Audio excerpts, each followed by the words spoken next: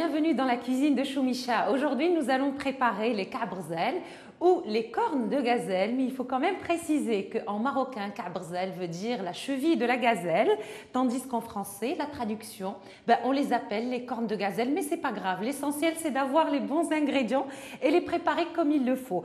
Nous aurons besoin de deux sortes d'ingrédients. Les ingrédients qui vont servir à la farce, et c'est uniquement de la pâte d'amande parfumée à l'eau de fleur d'oranger et un petit peu de mastic, et la pâte qui va enrober la pâte d'amande. Alors, je vais attaquer la pâte. J'aurai besoin de farine de blé tendre pour la faire. Tout à l'heure, je vous donnerai les quantités. Un petit peu de sel. Je vais mettre de l'huile végétale. Un peu de beurre. On met tout, d'un seul coup. Un tout petit peu de miel. Alors, le miel, c'est pour donner de la couleur à la pâte qui va, comme j'ai dit tout à l'heure, enrober la pâte d'amande. Ensuite, je vais casser cet œuf et je vais prendre la moitié parce que j'ai 250 g de farine. Si vous utilisez 500 g de farine, vous allez utiliser l'œuf entier. Je vais chercher un petit bol, une fourchette. Je casse, je fouette et je mets la moitié.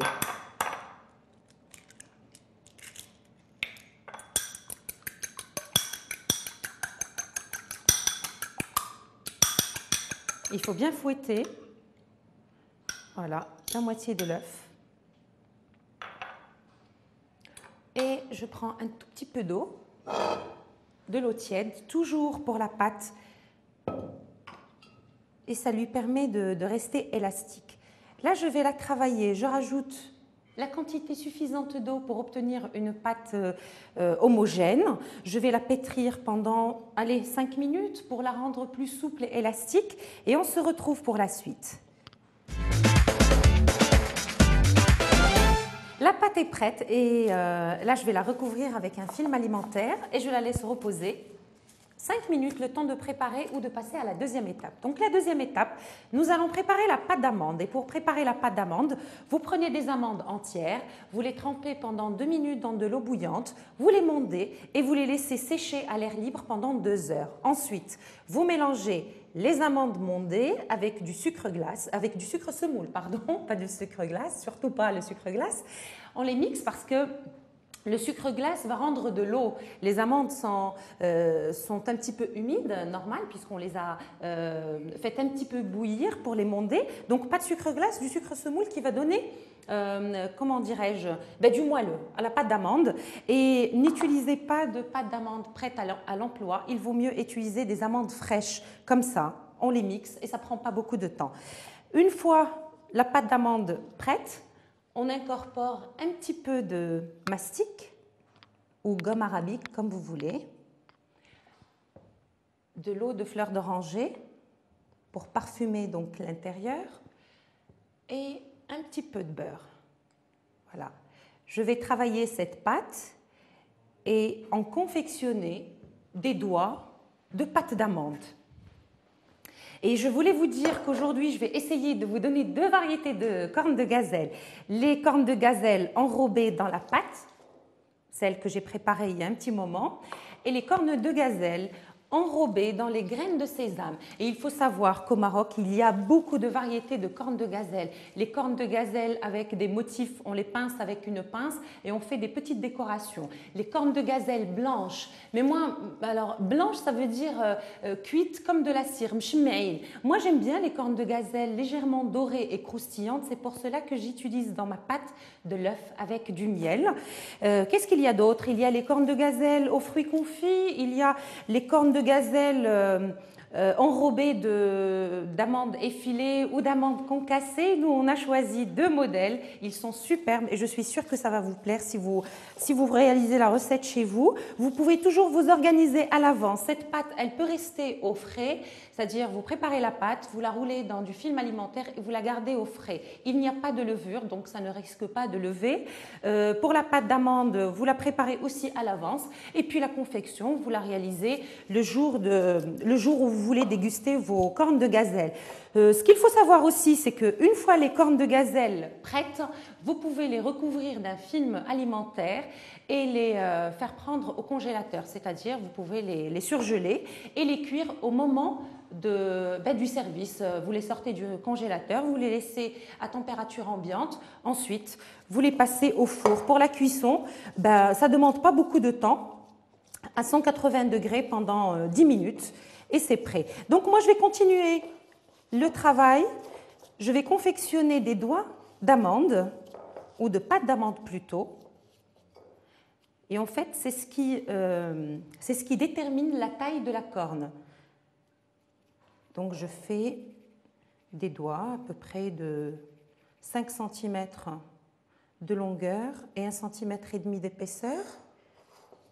Voilà, et on se retrouve juste après, dès que je termine la pâte d'amande que j'ai. Là, une fois qu'on a confectionné les doigts de pâte d'amande, on passe à la pâte que nous avons laissée reposer 5 minutes. J'ai huilé le plan de travail légèrement, juste pour qu'elle glisse vite et plus facilement. Et je prends le rouleau et j'étale. Voilà. Il faut que ça soit le plus fin possible. Il ne faut pas qu'il y ait beaucoup de pâte. Le plus important dans la confection ou la préparation des cornes de gazelle, c'est que la pâte qui enrobe la pâte d'amande doit être très très fine, vraiment très fine. Et pour cela, on pose le doigt de pâte d'amande là, je recouvre avec la pâte et j'incurve.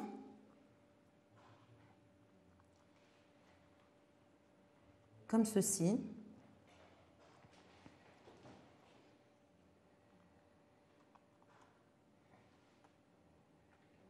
Je vais chercher la roulette. Ça devient presque transparent. Regardez, vous pouvez apercevoir la pâte d'amande sous la pâte qui enrobe. Et avec la roulette, on coupe comme ceci. Voilà. Et je dépose sur la plaque la petite corne de gazelle. Vous voyez, elle est belle, très facile à faire, pas du tout compliqué. Je coupe, je range ça toujours sous le film pour que ça reste souple. Et je reviens avec le rouleau. J'étale légèrement la pâte. Je mets un doigt d'amande, un doigt de pâte d'amande. Et on aplatit, on appuie comme ça avec le pouce et l'index. Voilà, c'est le geste. En incurvant, c'est-à-dire en donnant une forme de demi-lune. Et hop, un coup de roulette tout autour de la corne. Et sur la tôle. Voilà. Là, on a préparé les cornes de gazelle. Vous avez vu, c'est très simple. Franchement, il n'y a pas plus simple que cela. Et le résultat est délicieux. Maintenant, est-ce qu'on va les enfourner tout de suite? Non, surtout pas. Il faut laisser sécher les cornes de gazelle pendant au moins 12 heures. Le temps que la pâte qui est préparée avec de la farine adhère sur la pâte d'amande. Maintenant, vous n'avez pas beaucoup de temps et vous n'avez pas envie de passer votre temps à travailler la pâte sur la pâte d'amande et puis c'est un petit peu compliqué. Il n'y a pas plus simple que la pâte d'amande enrobée dans les graines de sésame. Ce que nous allons faire, on va faire autre chose, c'est qu'on va aromatiser. Alors la première est aromatisée avec de l'eau de fleur d'oranger, la deuxième, on va utiliser de l'eau de rose. Pour cela, comme ça, on a deux goûts différents et c'est très très bon avec de l'eau de rose. Il faut quand même que j'arrive à ouvrir le bouchon.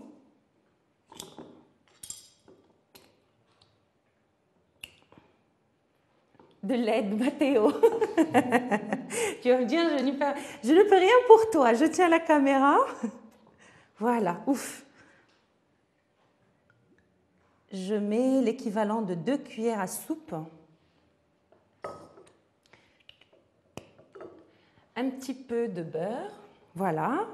Je travaille idem la pâte d'amande de la même manière que la pâte d'amande parfumée à l'eau de fleur d'oranger. Je vais obtenir des doigts comme ceci. Maintenant, c'est pour faire vite et comme ça, on a le temps de voir la technique. Je prends les graines de sésame, pas grillées, c'est important parce qu'elles vont cuire au four et donc on prend juste des graines de sésame triées. Je vais avoir besoin de blanc d'œuf et donc de mes doigts d'amande. Je vais aller chercher une petite assiette quelque part pour mettre le blanc d'œuf. Voilà. Et je vais passer les doigts d'amande dans le blanc d'œuf, ensuite dans les graines de sésame. Voilà. Tac, tac, tac. Je vais aller, on fait un petit voyage jusqu'aux graines de sésame. On enrobe, c'est très simple. Et comme j'ai dit tout à l'heure, il y a une autre variante avec les amandes effilées ou les amandes concassées. La même chose. On affine quand même le doigt. Comme ceci. Et puis, on dépose sur la tôle. Et alors, pour les cornes de gazelle enrobées de graines de sésame, on n'a pas besoin de les laisser reposer ou les laisser sécher 12 heures. On peut les faire cuire tout de suite, juste après la préparation. Avant d'enfourner les cornes de gazelle enrobées de pâte, il faut impérativement les piquer avec une aiguille stérilisée, bien sûr. Vous la passez sur le feu et vous les piquez. Vous pratiquez 3 ou 4 piqûres sur chaque corne de gazelle, de manière à ce que pendant la cuisson, l'humidité puisse s'échapper et que la pâte ne forme pas de cloques. Comme ça, on a des cornes de gazelle régulières et sans petites cloques. Voilà. Blanc d'œuf, graines de sésame et façonnage.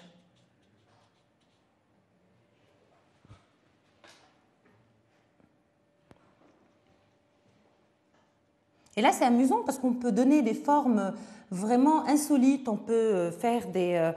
pas du tout insolites, des boulettes, il n'y a pas plus simple. On peut faire aussi des doigts comme ceci.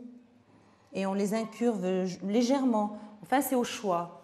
Vous faites comme vous voulez. Donc, on enfourne à 180 pendant 10 minutes. Les cornes de gazelle sont cuites. Je vais quand même vous en casser une pour voir à quoi ça ressemble de l'intérieur. Regardez-moi ça.